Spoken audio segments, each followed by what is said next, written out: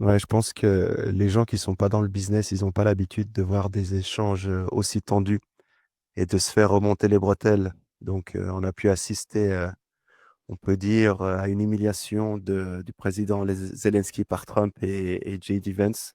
Mhm. Ça a fait beaucoup couler d'encre, beaucoup d'indignation, notamment en Europe. Pascal, toi, tu as fait du business, t'en fais encore, tu as l'habitude d'échanges musclés comme ça. Alors, je dirais, normalement, ce genre d'interaction, elles ont lieu porte close.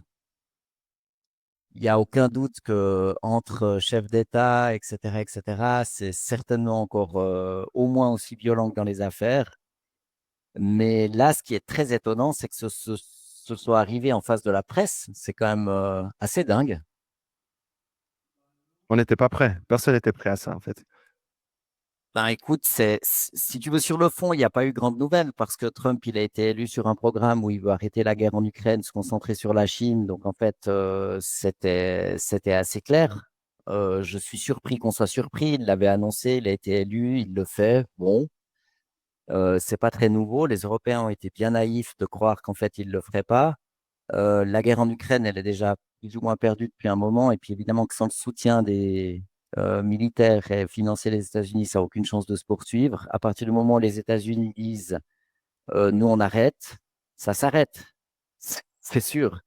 Alors sur le fond, à titre personnel, moi je suis content quand les guerres s'arrêtent. C'est vrai. J'ai pas de contre-argument à ça. Je pense que si quelqu'un souhaite que ça continue, il faut qu'il envisage de prendre un fusil et d'y aller.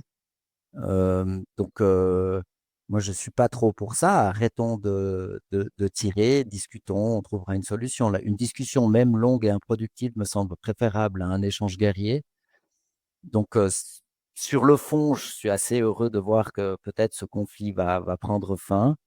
Je suis surpris de la surprise des Européens parce que c'était annoncé. Et puis l'autre chose qui est surprenante, c'est la manière en fait de le dire, parce que dans le bureau ovale, en présence des journalistes, de remonter les bretelles à Zelensky, ça, c'est quand même du style Trump pur jus. C'est quand même un peu étrange. Ça correspond pas aux us et coutumes des, des, des consulats feutrés et de la diplomatie. Parce que tout l'intérêt de la diplomatie, c'est justement de ne pas faire parler les armes à feu et donc de conserver une certaine bienséance, d'avoir du maintien, si on veut, tu vois. Si nous, on est en train les deux de discuter pour savoir qui va envahir cette île, il y a soit en fait on envoie des soldats et on se bat et c'est quoi, ça se décide à la force, soit en fait on discute. Puis il y avait dans la diplomatie toute une tradition en fait de bienséance, même si peut-être que porte close de temps en temps le ton montait, les bons diplomates, s'ils t'envoient paître, tu te sens bien. C'est très agréable. Ouais. Un bon diplomate, il te dit non, tu te dis, mais je suis le roi des types. Je ne suis pas certain qu'en fait, cette rugosité, on va appeler ça comme ça, elle amène beaucoup parce que dans un monde qui est multipolaire, qui devient complexe, qui se réorganise, ce serait bien en fait qu'on ait l'habitude. Je dis pas qu'il faut retourner à l'étiquette de Nadine de Rothschild, mais disons qu'on ait quelque chose d'un peu élégant, parce que si on en vient aux mains verbalement dans le bureau ovale, on est tout de suite à deux doigts de l'empoignade. Et ça, c'est pas bon, en fait. Je préfère les chefs d'État un peu calmes et puis un peu ronds, même si en fait, ils peuvent avoir une vision tout à fait affûtée et être très décidés dans leur action. Je pense que la manière compte aussi. Puis là, Trump et Vance, hein, ils étaient les deux. Je ne sais pas ce qui s'est passé. Ce sera un document d'histoire, ou peut-être que dans 20, 30, 50 ans, on en saura plus. Mais clairement, il y a quelque chose qui ne s'est pas bien passé pour que ça en vienne à ce ton-là. C'est un peu inhabituel. Est-ce que tu penses aussi que ça a commencé avec son fameux You're all dressed up? Donc, comme quoi il n'est pas venu avec costume, cravate et tout, qu'il n'a pas forcément respecté le protocole.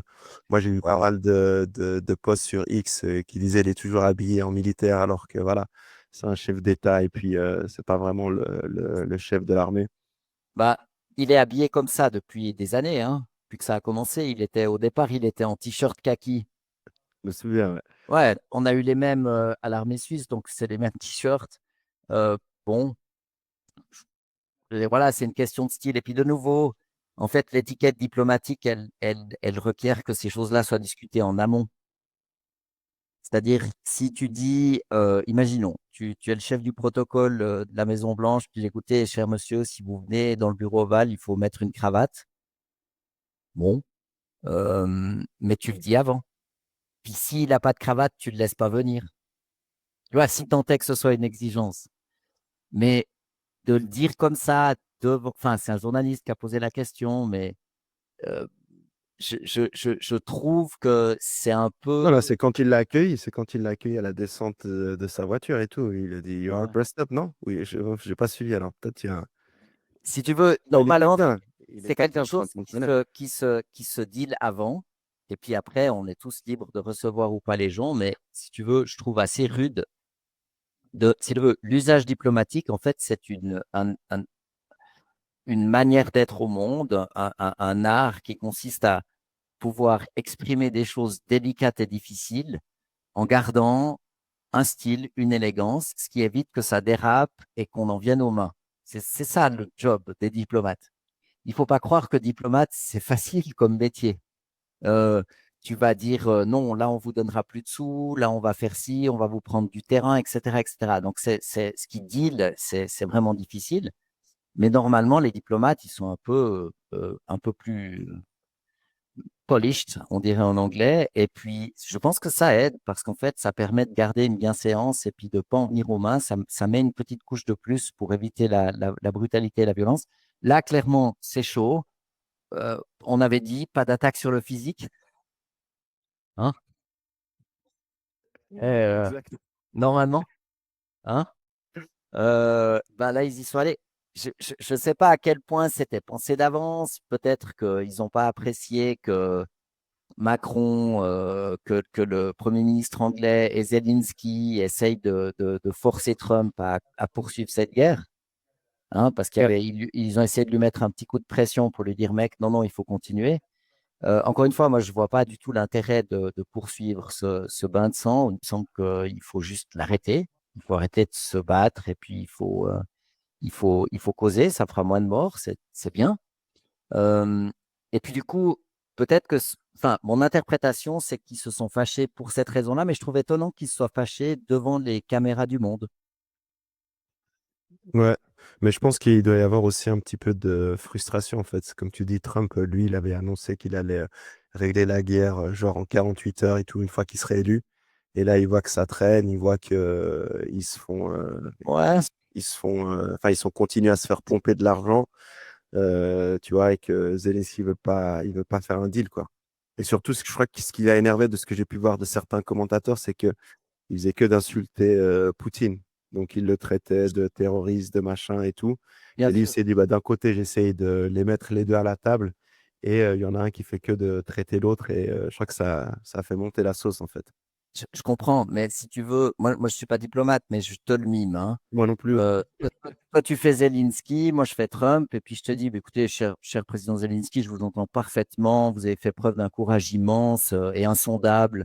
C'est la nation qui vous remercie pour les sacrifices consentis et l'intelligence avec laquelle vous avez mené ce combat. Je crois que maintenant, qu'on le veuille ou pas, nous arrivons au terme de cette aventure et nous allons stopper tout soutien militaire à l'Ukraine pour négocier une paix aussi juste que possible.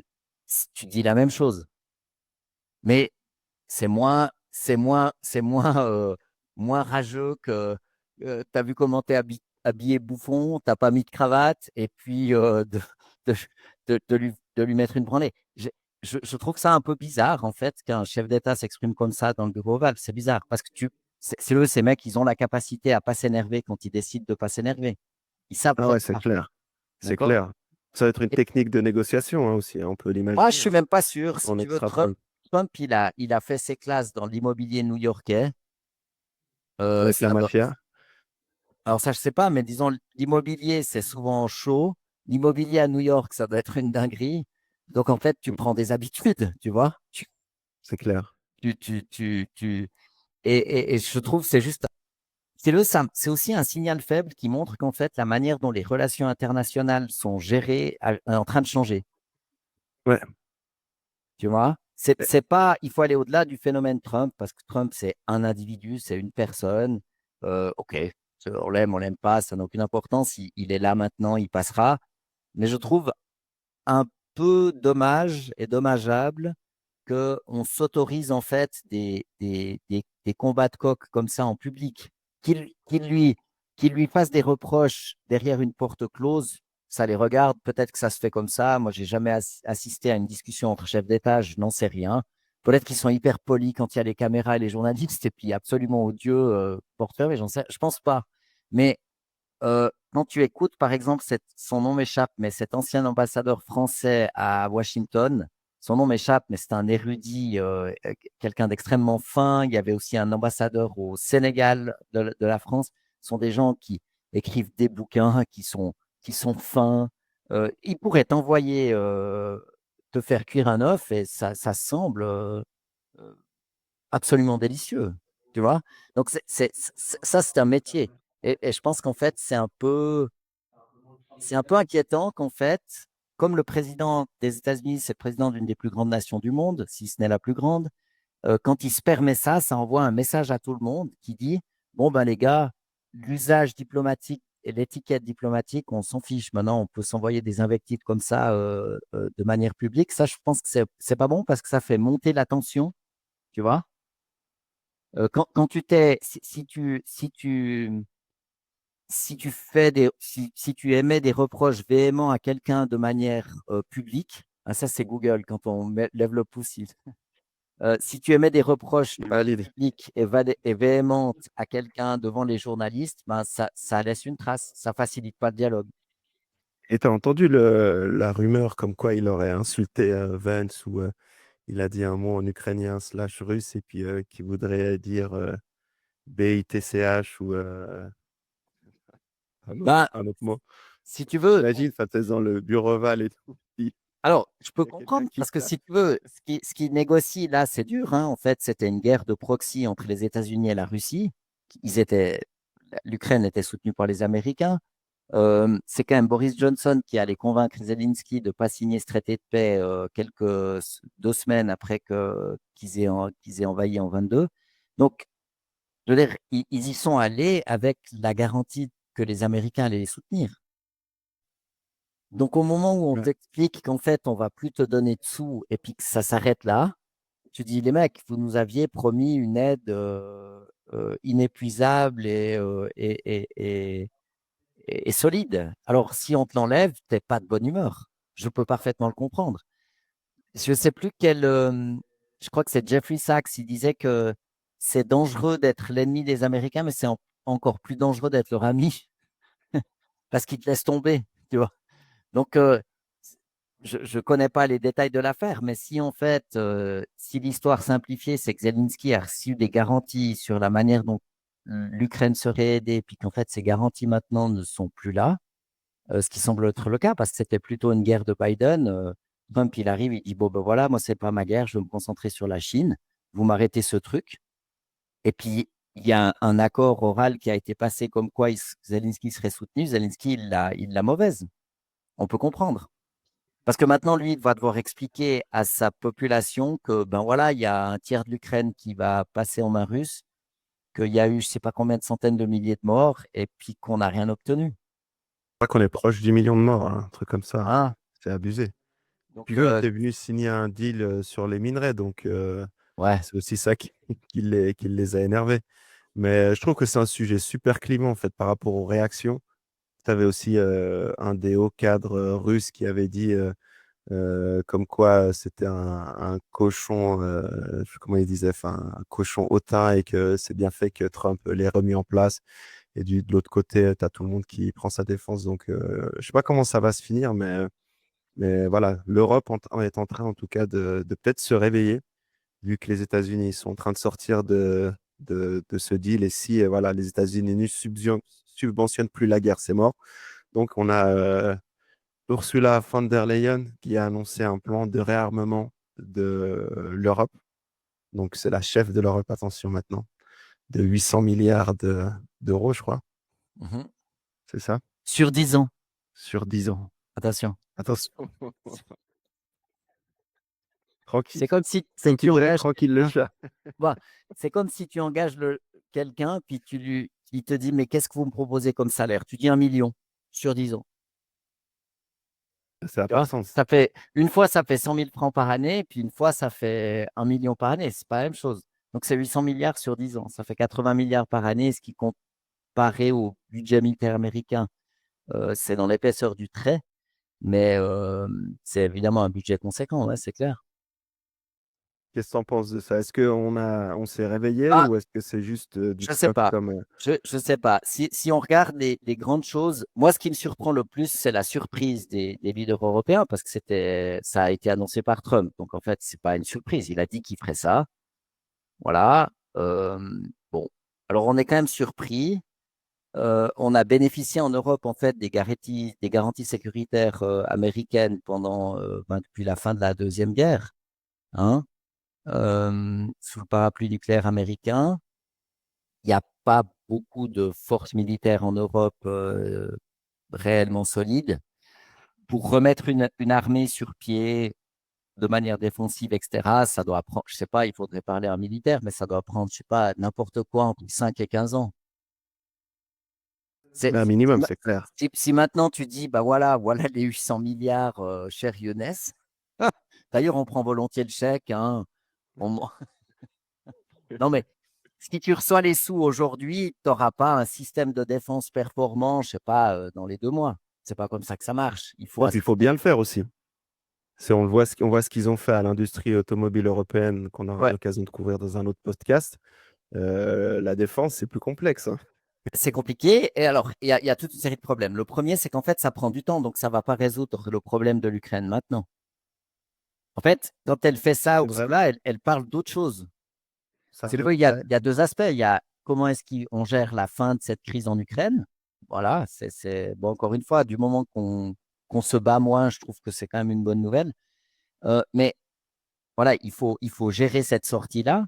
Les leaders européens ont investi beaucoup de capital politique. Toutes les sanctions qu'on a imposées à la Russie, on les a imposées au peuple européen. Donc, il va falloir. C'est difficile de ne pas perdre son poste si ça n'a rien donné. Mais au-delà de ça, construire une défense sur la zone géographique Europe, pourquoi pas? D'ailleurs, le président français Macron, il le propose depuis des années. C'est juste que, un, ça va prendre des plombes. Deux, à 27, ça va être extrêmement difficile à mettre en place parce il y a tellement d'agendas différents que il me semble qu'il n'y a pas en Europe des mécanismes qui permettraient la mise en place d'un truc comme ça. Et puis trois, Ils doivent jeter, non? Jeudi. Ils doivent le voter jeudi. ouais, mais Vraiment. ok, on te file, on va simplifier, on va arrondir en dessus, on va dire 1 000 milliards, soyons larges. On te file 1 000 milliards. Puis maintenant, tu fais quoi? Tu fais le tour des capitales européennes pour savoir quelle est la politique de défense de chaque pays? Est-ce que la C'est clair que France, elle Mélanie veut avait la trop même de chose jet, ouais. que l'Allemagne, l'Estonie? Ou que l'Italie. Euh, je ne vois pas comment on pourrait y arriver. Ne serait-ce que dans un pays avec une démocratie représentative et des gens élus, c'est à mon avis pas du tout évident de faire consensus et puis d'arriver avec un projet, une politique de sécurité au niveau national. C'est déjà pas simple. Alors, ce qu'ils espèrent certainement, c'est faire émerger cette industrie de la défense européenne à l'aune d'une menace extérieure. Comme ça, les gens se disent, oh là là, on est en danger, il faut qu'on se mette ensemble. On va tous mettre au pot pour faire une armée. Mais faire émerger une armée, ça se fait pas en 5 minutes. Et il n'y a surtout pas de politique de défense. Tu vois? Je veux dire, quand ils font un meeting d'urgence, il y a 10 ou 12 pays qui sont invités, pas les autres. Qu'est-ce qu'on en fait? Est-ce qu'ils contribuent? Oui, non. Est-ce qu'on achète du matériel américain? Oui, non. Enfin, c'est vraiment un truc compliqué. Et s'il n'y a pas une vision politique articulée qui dit, ben, en Europe, en fait, on va vouloir une armée avec ces missions-là, tu peux pas acheter le bon matériel. Ça va pas fonctionner. Il suffit pas de commander 1000 chars, tu vois. Est-ce que tu es d'accord sur ce point qui remonte beaucoup, c'est que Ursula von der Leyen, elle parle d'autonomie stratégique, elle parle de plans, elle fait des sommets et tout, mais au final, c'est que des PowerPoint et il n'y a rien qui se passe, elle n'est pas dans l'action. On n'a rien vu, elle parlait de la boussole de la Il y a compétitivité. 2 semaines, on était dans la boussole de la compétitivité. Plus tôt dans la semaine, il fallait sauver l'industrie automobile. Et puis maintenant, on met en place une industrie de la défense. Si elle faisait le quart de la moitié de ça, ce serait déjà, elle marcherait sur l'eau. Donc en fait, moi, mon sentiment, mais c'est pas une critique vis-à-vis de Madame von der Leyen, c'est que Non, l'Europe, non, non, non, c'est que l'Europe, elle ah, non, est, non, attends, avant d'aller là-dedans, pourquoi on ne peut pas critiquer Madame non, van on der peut, mais ce que je veux dire, c'est qu'en fait, elle a un rôle, si tu veux, ce qu'on peut lui reprocher, c'est d'avoir accepté ce rôle. En fait, c'est un rôle creux.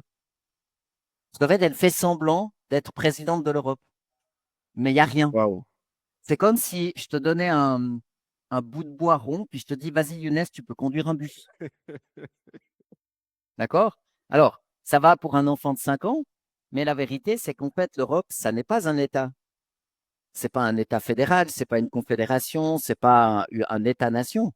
C'est un assemblage autour de traités compliqués de toute une série d'États qui collaborent dans certains domaines. Mais ça ne fait pas une politique de sécurité et je ne vois pas comment, dans les 10 années qui viennent, tu peux faire émerger une politique de défense commune. Je te donne un exemple pratique. La France, elle a l'arme nucléaire. Est-ce qu'elle met la dissuasion nucléaire à disposition de l'Europe? Non, j'ai jamais entendu. Bah, c'est voilà une vraie question. Est-ce que si les Estoniens sont attaqués, est-ce que Paris se prend une bombe? Je sais pas. Tu vois? Non. Regarde au niveau des États-Unis. Si New York prend une bombe, tout le monde réplique, tous les Américains se sentiront américains, puis vont dire, bon, ben, ça va pas. D'accord? Ouais. Est-ce qu'il y a ce sentiment-là en Europe? Je suis pas sûr du tout. Je suis pas sûr d'ailleurs que ça fasse sens. Et en fait, même si d'aventure ça se mettait en place, ça veut dire qu'il faut définir une politique de défense commune. C'est pas juste acheter des fusils. Tu vois, tu achètes 1 million de fusils, tu fais un grand tas, t'as pas une armée. Il faut, il faut une vision, il faut une vision stratégique, politique qui articule en fait la manière à quoi va servir cette armée. Est-ce qu'on fait des opérations extérieures pour aller sécuriser des ressources comme, je sais pas, du cobalt, de l'uranium, du pétrole, etc., ce que là, beaucoup d'États font? Ou alors, est-ce que c'est une armée qui a une vocation exclusivement défensive? Est-ce qu'elle est que sur la frontière russe ou est-ce qu'il faut se méfier des Anglais? Est-ce qu'elle est destinée à prévenir une éventuelle migration de masse qui viendrait d'Afrique ou pas? Et alors là, on fout tout le monde à Gibraltar. C'est, c'est le, il faut définir des objectifs. Tu peux pas simplement faire une armée. Donc, si je comprends bien, c'est du fluff, hein. Il y a rien de concret, c'est des plans, on balance des chiffres. Bah, Macron, il fait Napoléon elle bouge un 2.0. volant en bois, puis elle fait semblant de conduire un car, et puis elle dit ben, si on avait un car, ce serait super. Enfin, elle cause. Elle a fait la boussole de l'innovation. Maintenant, il y a Ouais, c'est une du. conférencière. C'est une conférencière. Ils font des slides, du Je PowerPoint. pense que leur espoir, si tu veux, c'est de faire émerger suffisamment de menaces pour qu'en fait, il y ait une raison légitime de se mettre ensemble pour mettre en place cette superstructure qui permettra à l'Europe de faire émerger un truc de la défense, qui peut être intéressant parce que ça peut beaucoup aider l'économie. Mais moi, je ne suis pas du tout certain qu'en fait, les nations européennes soient prêtes à dire, bon, ben voilà, maintenant, nous, la France, l'Allemagne, la Belgique, etc., on n'a plus vraiment d'armée à nous. On n'a que l'armée européenne. On pourrait imaginer un truc comme ça où les pays d'Europe, en fait, se mettent ensemble puis disent, ben, on contribue ensemble au pot commun de l'armée. Mais si tu n'as pas une vision commune, une stratégie, là, elle parle que des moyens. C'est le truc facile pour faire une annonce. Tu dis, ben voilà, 800 milliards sur 10 ans, mais Ouais, je suis d'accord avec toi. Enfin, pour moi, toute cette équipe, et puis j'ai vu leur réunion à Paris ce week-end, à Londres, pardon, sous, comment il s'appelle, le Premier ministre anglais, Starmer ou un truc comme ça, là. ouais. Starmer qui disait comme quoi bah, il serait prêt à envoyer des avions, envoyer des hommes sur sur le sol. Et puis, comme tu dis, enfin, il n'y a aucun lien entre. Enfin, déjà, les UK, enfin, la Grande-Bretagne ne fait plus partie de l'Europe. et que ce soit eux qui aient accueilli cette réunion où il manquait, je crois, une dizaine ou une quinzaine de pays, ça n'avait pas de sens. Mais au Donc, tu vois, final, on est déjà mal barré, hein. ouais, Donc, déjà, un des va en guerre, c'est déjà qui n'est pas dans l'Europe. ouais, c'est Qui clair. participe aux 800 milliards, oui, non, comment? Ouh là là. Il n'a pas le même agenda que la France, surtout pas que l'Allemagne, ni Ouais. les pays de l'Est, etc., etc. Le Ouais, puis Portugal. ce qu'il faut rappeler aussi, c'est que l'économie européenne, enfin l'Europe ou l'Union européenne a déjà du plomb dans l'aile. Donc Mhm. on voit économiquement, c'est déjà super compliqué. Donc là, les 800 milliards, ils ont été annoncés, mais il va falloir les trouver. Et Alors, il y a eu je- ouais, j'ai excuse-moi. dit aussi un petit problème où, il y a pas mal de parlementaires qui ont dit qu'il fallait prendre l'argent des épargnants. Donc, À part. tu épargnes toute ta vie et tout, puis derrière, bah, allez, on va le mettre dans le budget, ça va partir en guerre en Ukraine ou Dieu sait dans quel pays et tout. Donc, enfin, ça n'a aucun sens. Aucun. Moi, alors, en termes macroéconomiques, ça peut avoir du sens d'investir dans la défense parce que c'est quand même beaucoup ça aux États-Unis qui drive la digitalisation, la croissance économique et l'innovation. Donc, ça dépend de l'horizon de temps qu'on regarde. À très long terme, ça aurait du sens. D'accord? Mais là, on parle de deux choses différentes. On parle de clore un chapitre qui est la guerre en Ukraine. On parle de faire la promotion de l'économie européenne en montant une armée et en investissant 800 milliards sur 10 ans, 800 milliards qu'on n'a pas. Tu vois, moi, je peux te dire que en fait, cet après-midi, je vais aller vivre à Chicago, mais c'est pas, je peux pas, voilà, je l'ai dit, mais ça veut pas dire que ça va se passer. Donc, je pense qu'il y a beaucoup de blabla et que, en fait, ce sont des espèces d'essais politiques pour essayer de voir comment réagissent les populations. Et puis, quand les gens vont réaliser qu'en fait, si tu fais une armée européenne, ben, t'es avec la Lettonie, enfin, est-ce que c'est ce que les gens souhaitent? Tu vois? Je suis pas tout à fait certain. Moi, je pense pas que quelqu'un qui habite à Paris veuille se retrouver sur le champ de bataille contre les Russes ou Mhm, contre quelqu'un d'autre. Euh, Enfin, on n'est plus dans ce temps maintenant avec toutes les infos qu'on a. mhm. On sait plus ou moins où se situe la vérité et tout. Et puis, enfin, franchement, comme tu dis, il faut que cette guerre s'arrête maintenant, hein. Il faut qu'ils négocient le plus rapidement possible et arrêter le massacre parce que Bah, ça dure depuis trop longtemps. ouais, je dirais, première étape, on arrête de tirer. C'est déjà bien. OK, rien n'est réglé. Bah, j'entends, on tue déjà moins de gens, ça m'a l'air d'être une bonne chose. Et on parle, tu vois? C'est moins pire. C'est pas parfait, mais c'est moins pire. Et puis après, quand tu as fait si en gros, ils utilisent cette crise pour essayer de faire émerger une superstructure européenne beaucoup plus puissante, qui lève un impôt, qui ait la capacité qui attire les pouvoirs régaliens comme celui d'avoir une armée. Mais moi, je suis pas du tout certain que les peuples européens sont partants pour cette aventure. Déjà que l'Europe, elle marche pas. Enfin, ça, c'est pas génial, génial.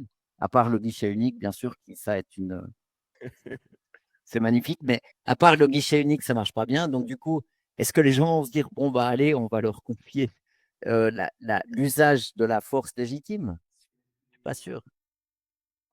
Ouais, c'est triste. Est-ce on peut dire que on était trop dépendant à Trump, enfin surtout aux États-Unis, et puis que voilà, pendant ces plusieurs décennies où on a quasiment rien fait, hein, qu'on parle de défense, d'aspects technologiques, etc., eh ben, on va pas pouvoir rattraper ce retard aussi facilement à coup de centaines de milliards. Parce qu'en gros, voilà, qu'est-ce qu'ils ont dit? Bon, on va sauver l'Ukraine, mais il n'y a personne qui a l'argent, il n'y a personne qui a assez de soldats. Et il n'y a personne qui a forcément envie de le faire. Donc, au final, Mais ils vont trop négocier pas, un hein. deal avec. Non, non, On est mais d'accord là-dessus. il y a pas les moyens. Si tu veux, sans les États-Unis, cette guerre s'arrête. Point. Voilà, ils ont pas assez d'armement, ils ont rien, quoi. Non. Donc, du coup, il va revenir à la table, Zelensky. Ah, bah, je suis pas sûr qu'il sera toujours invité, hein. Si tu veux, dans un conflit comme ça, les gens, ça va, ça vient, tu sais, un de perdu, 10 de retrouver, il y aura un après Zelensky, ça va simplifier la transition, parce que si c'est Zelensky qui doit aller expliquer cette guerre, ça va être compliqué s'il le change. Il va y avoir, moi, je parie qu'il va y avoir des élections, il va pas être réélu, ciao, ciao, puis il ira je sais pas où, couler Dieu jour. Ok. Moi. Je pense qu'ils vont le changer. Et puis, ça permet de dire, ben, tu sais, c'est comme au foot, hein. Euh, Même Mourinho, en fait, il se fait lourder. Il est bon pourtant. C'est clair. Mais c'est un entraîneur de foot extraordinaire et très drôle. Mais il a gagné plein de trophées. Ben, régulièrement, les entraîneurs, ils se font virer parce que ça permet de déculpabiliser l'équipe. Tu changes, tu dis, ah, bah, c'était toute la faute de ce gars-là. Et évidemment que c'est pas la faute d'un seul homme, c'est tout un système, c'est plein de décisions mises bout à bout. Mais ça déculpabilise les gens et ça permet d'avancer. Après la Deuxième Guerre mondiale en France, ben, c'est pas Pétain qui a pris les rênes, c'est De Gaulle. Tu changes de leader et ça aide à apaiser puis à passer à autre chose. Ben, c'est ça qu'il faut maintenant. Donc, je pense pas qu'il en a encore pour très longtemps. Euh, à moins qu'ils se mettent à mettre des cravates, on ne sait pas. Est-ce que tu serais d'accord d'appliquer ça sur Ursula von der Leyen, les Macron, toute cette équipe en fait qui C'est pas la même chose parce que Macron, c'est un chef d'État légitimement élu. Il a l'arme nucléaire, il a une armée, c'est un vrai chef d'État. Ursula, elle a des. C'est comme, tu sais, comme quand tu joues aux poupées, quoi. C'est pas la vraie vie. Tu fais la boussole, elle, ils causent. En fait, ce qu'ils font, c'est qu'ils rajoutent du réglementaire, mais ils n'ont pas réellement. Est-ce que l'Europe, elle a une réelle existence politique, une vision, une défense? Ben, non, en fait. C'est une espèce d'idée. Mais ça ne veut pas dire qu'ils ont des moyens ni est une idéologie. Ouais, ça dépend comment tu le vois. Ça pourrait être génial, en fait. On pourrait en faire une fédération. Tu vois, ça pourrait être un système politique hyper sophistiqué ou un peu comme en Suisse. La Suisse, c'est étonnant. On ne penserait pas que ça peut marcher. T'as Ulrich Fitz-Unterwald, t'as Genève, t'as Bâle, t'as Lugano. A priori, sur le papier, ça devrait pas fonctionner. Mais en fait, en Suisse, on a inventé un système subtil avec la subsidiarité où on pousse les décisions le plus bas possible, qui permet aux gens de vivre ensemble, même s'ils se comprennent pas très bien, et sans les obliger à s'aimer. Par exemple, Ouais. toi, quand est-ce que tu vas en week-end à Glaris? Jamais. Jamais. T'es déjà allé à Glaris? Jamais. Non, non, pourtant j'ai fait pas mal d'endroits en Suisse, mais non. C'est quoi la dernière fois que tu es allé à Saint-Gall, dans la bibliothèque là, merveilleuse qu'ils ont? On n'y va pas. C'est un autre univers, c'est une autre culture. Mais ça ne veut pas dire qu'on les aime pas.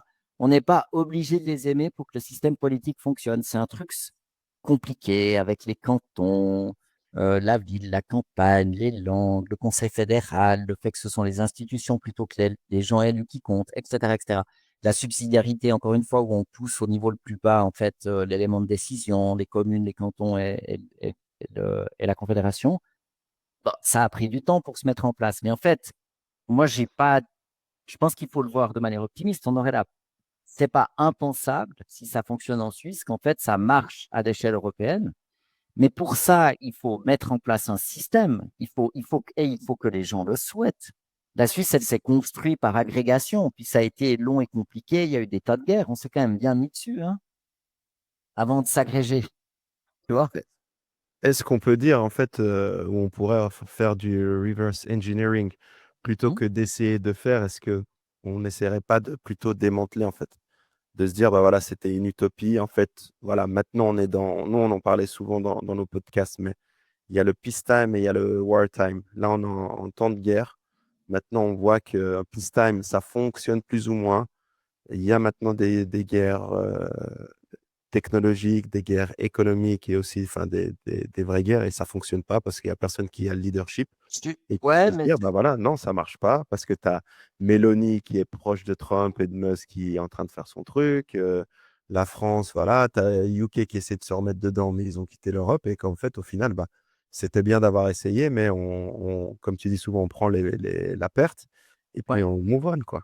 Alors, c'est une manière de le voir. Ça, on peut dire, là, on jette l'eau avec le bébé avec l'eau du bain, c'est-à-dire qu'on dit, bon, ben, ça marche pas, circuler, il n'y a rien à voir, on arrête.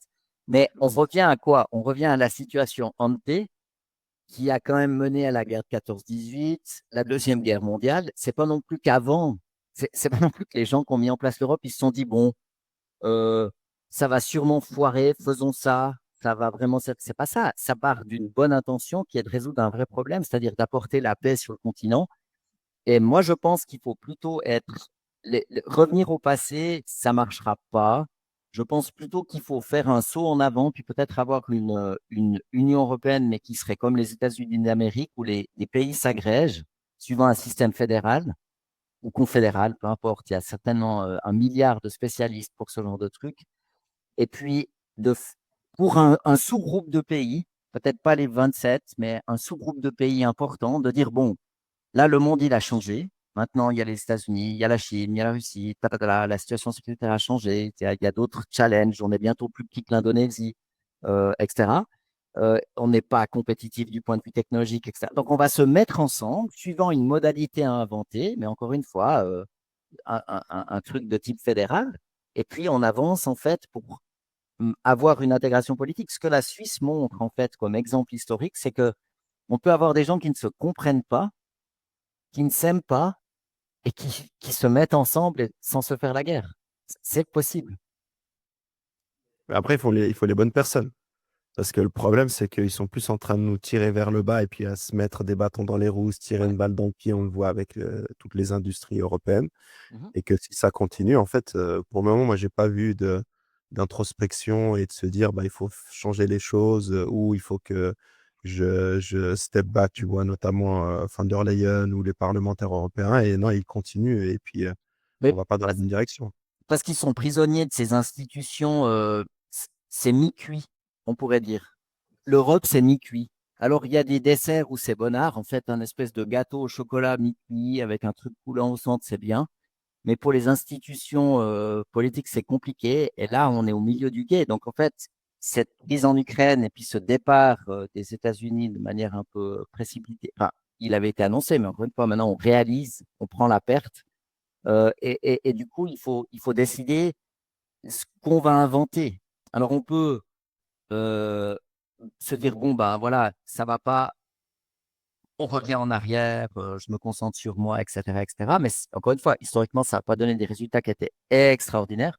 Je ne suis pas non plus sûr que dans le monde multipolaire qui arrive, ce soit forcément une super idée. Mais si on veut passer au step d'après, avant de faire une armée, il faut mettre en place des institutions politiques, puis il faudra évidemment consulter les gens, parce qu'il faut que les gens aient envie, en fait, de faire partie de ce projet. Il faut l'expliquer, il faut convaincre. Il ne faut pas changer les traités après que les gens aient voté pour leur forcer la main. Ça n'ira pas. Ouais. Mais on peut, enfin, moi, je reste un peu perplexe là-dessus parce que je me dis, depuis l'entrée de l'euro et tout, l'inflation, le pouvoir d'achat diminue, c'est pas top. Là, on voit les fleurons de l'industrie, c'est pas top.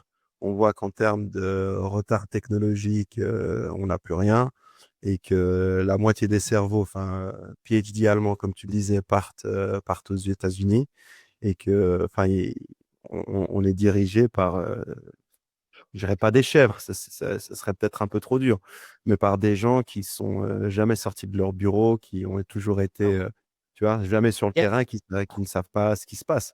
Donc, C'est une on leur manière fait de voir. confiance pour 20 ans de plus, en fait, tu vois. Alors, À un moment donné, il faut couper des têtes et puis il faut mettre hmm, du sang neuf, quoi. ouah, Tu le disais avec l'entraîneur, c'est pour Zelensky, mais ça peut très bien être pour l'Europe, parce que là, à un moment donné, c'est des gens qui nous ont mis là-dedans, c'est pas je suis ni toi d'accord. ni moi. Je suis d'accord, mais si tu veux, le problème là, c'est qu'il y a des chefs d'État qui sont à un certain niveau. Il y a cette espèce de pseudo-Europe qui n'est pas vraiment une Europe intégrée ou fédérale ou confédérale qui joue un petit peu à donner des directions, mais sans réellement, sans réel pouvoir en fait. D'ailleurs, Ursula, elle n'est pas élue. Non, non. Et du coup, il n'y a pas de projet politique derrière. Donc, en fait, elle est guidée, on joue à plusieurs étages et maintenant, il faut se décider pour aller dans une direction ou dans l'autre. Moi, je pense quand même que le bien-être, mon intuition, je peux parfaitement me tromper, c'est qu'en fait, on a un problème d'institution bien plus que de personnes. C'est-à-dire que tu as toujours, en fait, un plouc ici ou un plouc là. Mais si c'était un problème de personnes, on les remplacerait, ça se passerait très bien. En l'occurrence, si ça marche jamais, c'est que c'est un problème de système. D'accord? Et du coup, je pense qu'avec le bon système, mais c'est un projet gigantesque à mettre en place, hein, c'est de faire une Europe fédérale, ben, c'est peut-être jouable. Donc, du point de vue de la Suisse, tu aurais la commune, le canton, la confédération, puis la confédération européenne en dessus, tu vois. Et puis après, il faut décider en fait de ce qui doit se décider à quel échelon. C'est ça, en fait, le truc à faire. C'est ce que tu peux décider au niveau le plus bas, tu le décides au niveau le plus bas, puis après, ça remonte. Mais je suis pas, honnêtement, je trouve pas très réaliste de se dire qu'on va mettre en place un système comme ça dans l'Europe comme elle est aujourd'hui. C'est vraiment un projet qui est ultra ambitieux, hein. Mais je, Ah oui, puis ça fait un layer en plus. Enfin, c'est comme si aux États-Unis, ils mettraient le Conseil des pays d'Amérique, quoi. Tu aurais une entité au-dessus des États-Unis d'Amérique et ce qui serait aussi au-dessus des pays d'Amérique latine, tu vois. En fait, ce qu'il faut ouais, faire, c'est d'avoir un truc beaucoup moins, enfin, avec beaucoup moins d'étages pour prendre des décisions plus rapides et qui ont plus de sens, qui te servent plus par rapport à ton pays. t'as raison, mais ça dépend de la tradition politique. En France, il y a 7 étages. 7. Oui, ils sont inefficients, c'est clair. Mais on le Ah, voit, hein. c'est peut-être un peu beaucoup, mais c'est la Si. tradition. T'as la région, la super région, le machin, le truc, la commune, c'est trop. Mais c'est une espèce de réorg à un niveau C'est des européen. monarchies, Hein, c'est féodal, ouais, ça. ouais. Où il faut en fait inventer quelque chose. Je, à mon avis, le scénario le plus probable, c'est que ça va partir en sucette. Quand ce sera bien parti en sucette, on se dira, ouais, quand même, c'est un peu chaud. On ferait mieux de se parler et d'organiser un système qui marche mieux, puis on y reviendra. On verra bien. On verra Est-ce bien. que tu veux rajouter quelque chose là-dessus ou on en a assez dit? On est bon. En tout cas, quel pétrin, Ouais. c'est pas top. Et puis, donc, toujours avantage aux États-Unis, hein, pour le moment. Trump, il est pas, il est pas sur la sellette, quoi. Son plan Ah sort non. pas sans accroc. Bah, c'est lui qui envoyait les armes et le pognon. Il a dit qu'il allait plus le faire. Fin du débat, fin de partie. Il a sifflé la fin de partie. Avec pas beaucoup d'élégance, à mon avis, mais il a fait ce qu'il a dit qu'il ferait. Ok. Donc, la telenovela continue. Ouais. Ciao, Pascal. Ciao Younes, à bientôt.